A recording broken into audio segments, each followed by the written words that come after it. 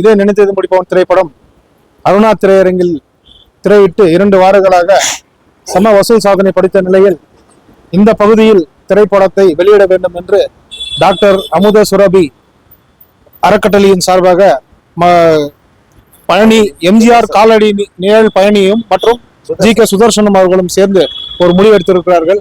அவர்களிடமே கேட்டு தெரிந்து கொள்ளலாம். ஏன் படம் அங்க வெளியிட்டீங்க, ஏன் வெளியிட காரணம் என்ன? அதுபோல் பல வருடங்களுக்கு பிறகு புரட்சி தலைவர் எம்ஜிஆருடைய திரைப்படம் இந்த தீபாவளி தித்திக்கும் தீபாவளி சரவெடியுடன் வந்திருக்கிறது. அவரிடமே கேட்டு தெரிந்து கொள்ளலாம். சார் வணக்கம் சார். வணக்கம் சார். என்ன சார் தீபாவளிக்கு இப்படி ஒரு விசேஷம், என்ன காரணம் சார்? முதல்ல நமது புரட்சி தலைவர் மக்கள் திலகம் எம்ஜிஆர் உடைய திரைப்படம் நினைத்ததை முடிப்பவன் இந்த திரையரங்குக்கு வெளியிடுவதற்கு முன்பாக அந்த தகவலை தங்களுக்கு சேர்ப்பதற்கு முன்பாக தமிழர்கள் புரட்சி தலைவருடைய பக்தர்கள் என எல்லோருக்கும் அட்வான்ஸ் தீபாவளி திருநாள் வாழ்த்துக்கள். Thank you sir. Thank you sir. நாங்க அமுத சுரபி டாக்டர் எம்ஜிஆர் உதவும் அறக்கட்டளை அப்படிங்கிற ஒரு அமைப்பை சுமார் 33 வருஷமா நாங்க இதே கேஎஸ் கார்டன் பகுதியில் நடத்திக்கிட்டு வரோம். இந்த ஆண்டு அதாவது அக்டோபர் 17ஆம் தேதி மக்கள் திலகம் எம்ஜிஆர் அவர்கள் அண்ணா திராவிட முன்னேற்ற கழகத்தை துவங்கிய ஆண்டு 1972 அக்டோபர் 17.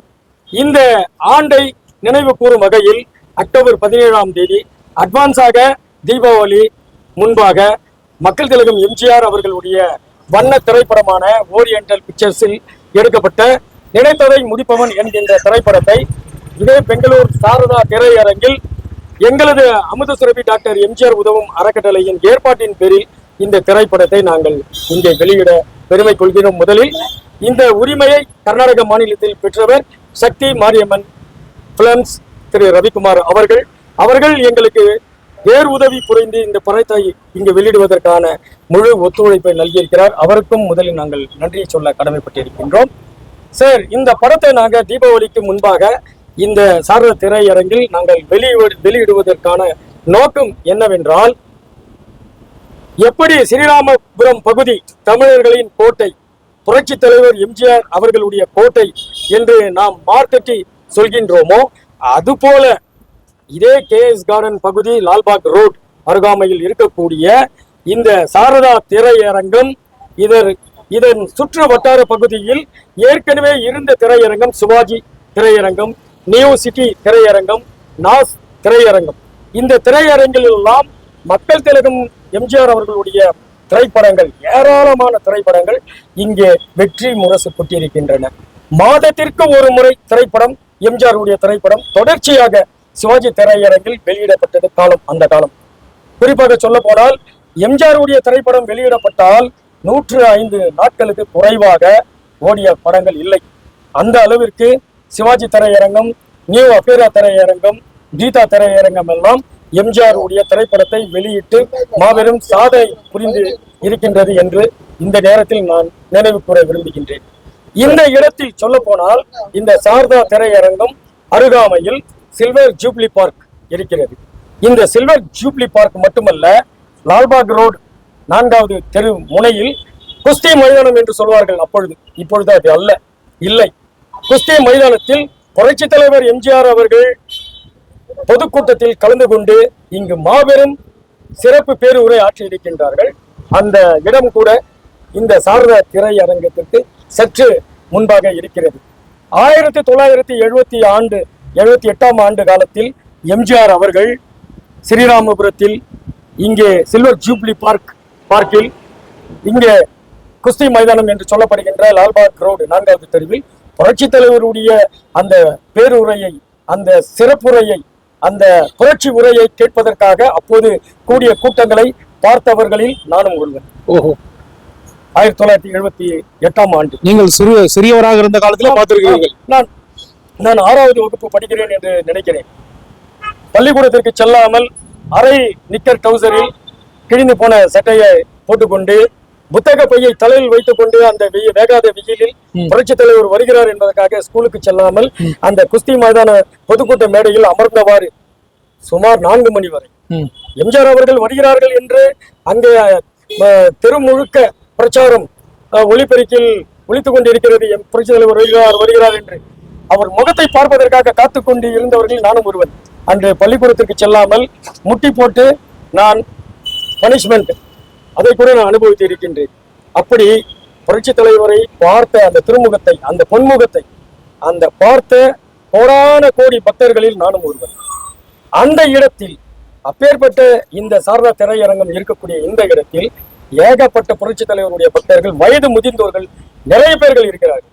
அவர்கள் எல்லாம் அருணா திரையரங்கிற்கோ அல்லது இன்னும் தூரம் இருக்கக்கூடிய திரையரங்கிற்கோ சென்று படம் பார்க்கும் வாய்ப்பை பெறாதவர்கள். காரணம், அவ்வளவு தூரம் சென்று பார்க்க முடியாதவர்கள். அவர்களுக்காகவே நிறைய பேர் என்னிடத்தில் சொல்கிறார்கள், இந்த திரையரங்கில் எம்ஜிஆருடைய படத்தை போட நன்றாக இருக்கும், நாங்கள் எல்லாம் குடும்பத்தோடு வந்து பார்ப்போம், எங்கள் பிள்ளைகளுக்கெல்லாம் காட்டுவோம் எம்ஜிஆர் படத்தை என்று சொன்னவர்கள் உண்டு. அவர்களுக்காகவே நினைத்ததை முடிப்பவன் என்கின்ற இந்த திரைப்படத்தை இந்த சாரதா திரையரங்கில் தீபாவளிக்கு முன்பாக, எங்களுக்கு இதுதான் தீபாவளி பண்டிகை. எம்ஜிஆர் உடைய படம் இந்த திரையரங்கில் அந்த நாளில் அவருடைய குரல் ஒலிக்குது என்றால் அந்த நாள் எங்களுக்கு தீபாவளி திருநாள். ஏற்கனவே இந்த ஆண்டு 7 முறை 8 முறை ஸ்ரீராம்புரத்தில் தீபாவளி பொங்கல் எல்லாம் கொண்டாடி விட்டார்கள். தீபாவளி அன்றே தலைவருடைய படம் வெளியாகிறது என்றால் அதை யூகித்து கூட பார்க்க முடியவில்லை. வருகின்ற 6ஆம் வாரத்தை உங்களிடம் பார்க்க முடிகிறது. இது என்ன டிக்கெட், என்ன டிஜிட்டல் முறையில் பிரிண்ட் செய்திருக்கிறீர்கள்? இது எங்களுடைய அமுதசுரபி டாக்டர் எம்ஜிஆர் உதவும் அறக்கட்டளையின் ஏற்பாட்டில் திரையரங்கில் இருக்கக்கூடிய சேர், நாற்காலி கணக்கு எடுத்து அதற்கு தக்கவாறு இது 2 விதமாக, gold class ticket, silver class ticket என்று 2 விதமாக இந்த டிக்கெட்டை நாங்கள் அச்சடித்திருக்கிறோம். இதை ரசிகர்களை தேடி சென்று, பக்தர்களை தேடி சென்று இந்த டிக்கெட்டை நாங்கள் கொடுத்து திரையரங்குக்கு வருமாறு அழைக்கின்றோம். காரணம், வருகின்ற ஞாயிற்றுக்கிழமை 4:15 மணி காட்சி மட்டுமல்ல, 7:15 மணி காட்சியும் அரங்கு நிறைய வேண்டும் என்பது எங்களுடைய ஆசை. இந்த நாளில் அமுதசுரபி டாக்டர் எம்ஜிஆர் உதவும் அறக்கட்டளையின் பேரில் நினைத்ததை முடிப்பவன் திரைப்படத்தை காண வரும் பக்தர்கள் அன்றைய தினம் ஒரு கொண்டாட்ட திருநாளை காணலாம். எப்படி என்றால், அந்த நாளில் பகல் 12 மணி முதல் இந்த திரையரங்கில் ஏழை தாய்மார்களுக்கு, குறிப்பாக ஒரு 25 பேருக்கு மேல் 50 பேருக்குள் இலவச புடவையை வழங்கினோம். புரட்சி தலைவர் ஏழை தாய்மார்களை நேசித்த ஒரு மகான், தாய்மார்களுக்கு முதலில் முக்கியத்துவம் தந்தவர். அதனால் அவருடைய பெருமை புகழ் ஓங்கும் வகையில் ஏழை தாய்மார்களுக்கு புடவைகள் வழங்குகிறோம். அது மட்டுமல்ல, இனிப்பு வழங்குகிறோம். அந்த நாளில் இதுவரை எந்த திரையரங்கிலும், எந்த ஒரு இடத்திலும், எந்த ஒரு பக்தர்கள், ரசிகர்கள், எந்த ஒரு நடிகருக்காகவும் செய்யாத ஒரு சாதனையை இந்த திரையரங்கில் புரட்சி தலைவருடைய பக்தர்களாக, புரட்சி தலைவருடைய திருப்பெயர் விளங்கும் விதமாக அவருடைய பெயரில் ரத்த தான முகாம் நடத்துகிறோம். இங்கு நடக்கிறது. பகல் 12 மணி. தேதி என்ன சொல்லுகிறீர்கள்? 19ஆம் தேதி 19/10/2025 அன்று இங்கு இலவச ரத்த தான முகாம் நடைபெறுகிறது. அதற்கான ஏற்பாடுகளை செய்திருக்கின்றோம். இப்பொழுதே சுமார் 4 பேர் ரத்த தானம் கொடுக்கிறோம் என்று பெயரை பதிவு செய்திருக்கிறார். அதற்கான வேலை ஏற்பாடுகளும் செய்து வருகிறோம். ரத்தத்தின் ரத்தம் படம் வெளியாகின்ற நாளில் ரத்த தானம் செய்கிறோம். இப்படி பல வகையில் பல புரட்சி தலைவருடைய பெயர் ஓங்கும் வகையில் நாங்கள் சிறப்பான ஏற்பாடுகளை நிறைய செய்து வருகிறோம். இது அமுதசுரபி டாக்டர் எம்ஜிஆர் உதவும் அறக்கட்டளையின் ஏற்பாடாக இருந்தாலும், எனக்கு தோளுக்கு தோளாக, உற்ற தோழனாக எனக்கு உடனிருந்து இவ்வளவும் செய்து வருபவர் எங்களது அமைப்பின் செயலாளர் திரு RJ சுதர்ஷன் அவர்களைத்தான் சேரும்.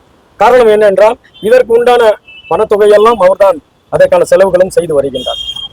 அவருக்கும் நான் நன்றி சொல்ல கடமைப்பட்டிருக்கிறேன்.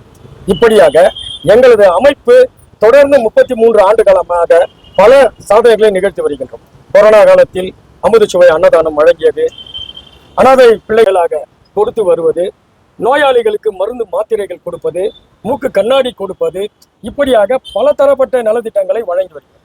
காரணம், புரட்சி தலைவருக்கு விழா என்றால், புரட்சி தலைவருடைய திரைப்படம் திரையிடும் அரங்கு அங்கு விழா என்றாலும் கூட, நாம் முதலில் ஏழைகளை நேசிக்க வேண்டும், அவர்களுக்கு உண்டான நலத்திட்டங்களை வழங்க வேண்டும்.